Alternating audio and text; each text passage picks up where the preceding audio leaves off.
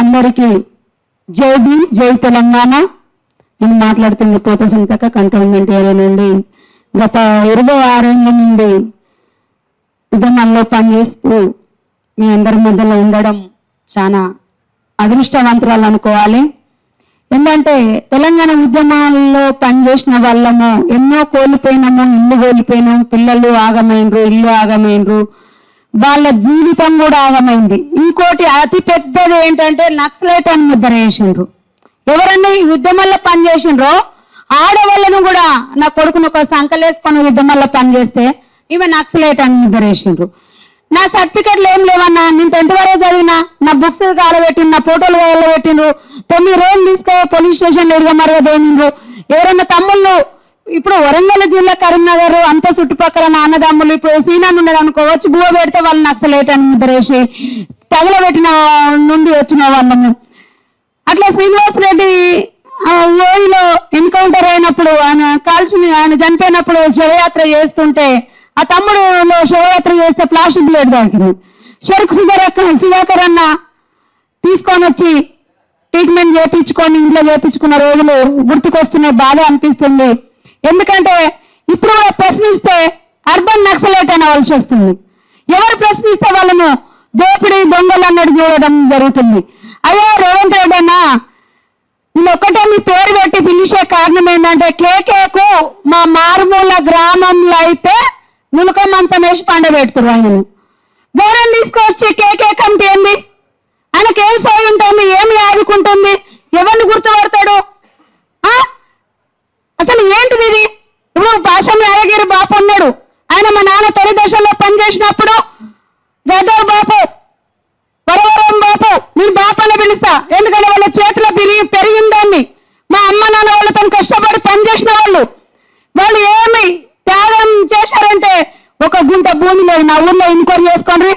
వరంగల్ జిల్లా గీసుకొండ మండలం మొగులుచెల్ల గ్రామంలో గణపకుప్పలయ్య పేరుతో సాగిస్తున్నా. వాళ్ళు గుంట భూమి చంపించలే.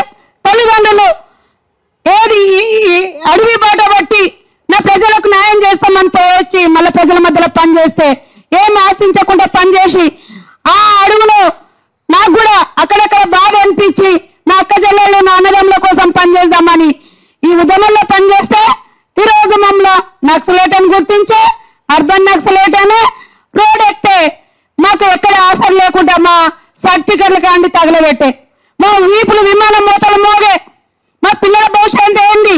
అయ్యో నిన్ను అడిగినామా, బుచ్చమేయమని చెప్పినామా, లేదా నీ దగ్గరకు వచ్చినామా? ఉద్యమాలు చేసిన ఆది నుండి అంత వరకు మహిళలు ఉంటేనే ఈ ఉద్యమాలు ముందు సాగినాయి. ఆడపిల్లలు ఏంది, ఏ ఉద్యమాలు జరిగినాయి? నిన్ను ఇక్కడ నుండి క్వశ్చన్ వేస్తున్నాను. మారుమూల గ్రామానికి వెళ్ళు, ఒక అవ్వని ప్రశ్నించు. ఇప్పుడు ములుగు జిల్లా అడవికి వెళ్ళు, ఒక అవ్వని ప్రశ్నించు. ఏం మాట్లాడుతుందో మీకు తెలుస్తుంది. ఆదిలాబాద్ జిల్లాకి వెళ్ళు, ఈ రోజు కూడా పిల్లలు ఆకులు తినే రోజుల్లో ఉంటుండ్రు. అంతరిక్షాన్ని వెళ్ళే స్థాయిలో ఉన్న దేశము ఇప్పుడు ఆకులు తినే అవ్వ బువ్వ అనే రోజులు ఉంది. నేను ఒకటే అడుగుతున్నా, ఆ కాంగ్రెస్ గవర్నమెంట్ మా వీపులు విమానం మోత మోగించి మా ఉద్యమకారులను బలిదానం చేపించుకొని పొట్టన పెట్టుకుంది కాంగ్రెసే. కాబట్టి నువ్వు గెలిచేటప్పుడు అన్నావు నేను ఇస్తా, నీకు ఇవన్నీ చేస్తా అని నులకమ్మసలు వండుకునే వాళ్ళను కమిటీ నెంబర్లు పెట్టి కాలం గడపాలని చూస్తున్నావు. 2 ఏళ్ల దాకా టైం పాస్ చేస్తున్నావు. నీకు దమ్ము ధైర్యం ఉంటే ఇప్పటికైనా ఆ కమిటీని చేంజ్ చేసి ఒక మహిళను పెట్టు. విమలక్క లేదా, సంధ్యక్క లేదా?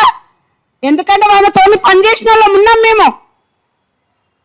వాళ్ళతో కలిసి ఆట పాట గోసి గొంగడేసి ఉద్యమాలలో ఆకలి ఇంకా పెద్దోళ్ళు చనిపోయిండు. బరవరావు సార్ని తీసుకుపోయి ప్రశ్నించిన గొంతులు బొంబాలు పెట్టినాం. నీకు పైంట్లో ఉచ్చబడుతుంది.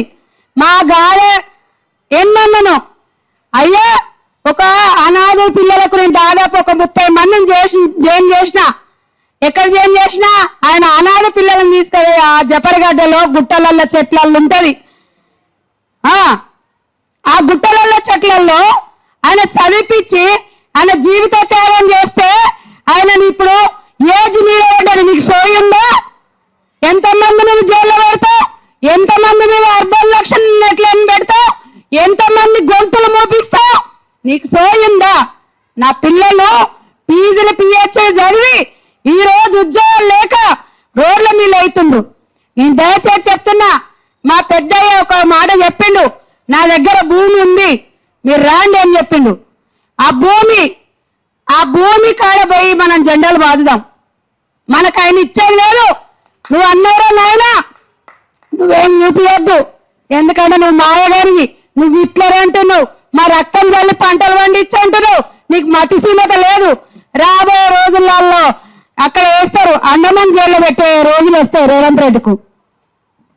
అసలు ప్రజలను ఏం మాట్లాడుతుండో సలహా సూచన ఇవ్వండి. సలహా సూచన నేను ఒక్కటే అంటున్నా, అక్కలారా అన్నలారా, ఇది పెట్టిన బాగానే ఉంది, కానీ ఈ ప్రెస్ మీటింగ్ వల్ల బస్తీలలో కాదు, మనం జంతర్ మంతర్ కాడ పెడదాం.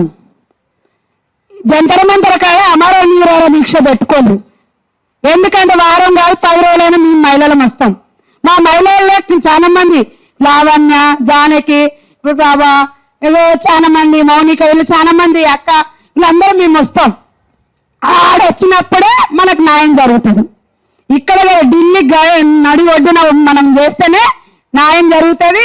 వాళ్ళు ఇస్తానే మెడలు వంచుకొని సాధించుకోవాలి. ఎందుకంటే మేము బిచ్చం అడుక్కోవట్లేదు, మేము ఉద్యమాలు కూడా ఆపం. మీరు ఎన్ని కథలు పడినా ఆపము.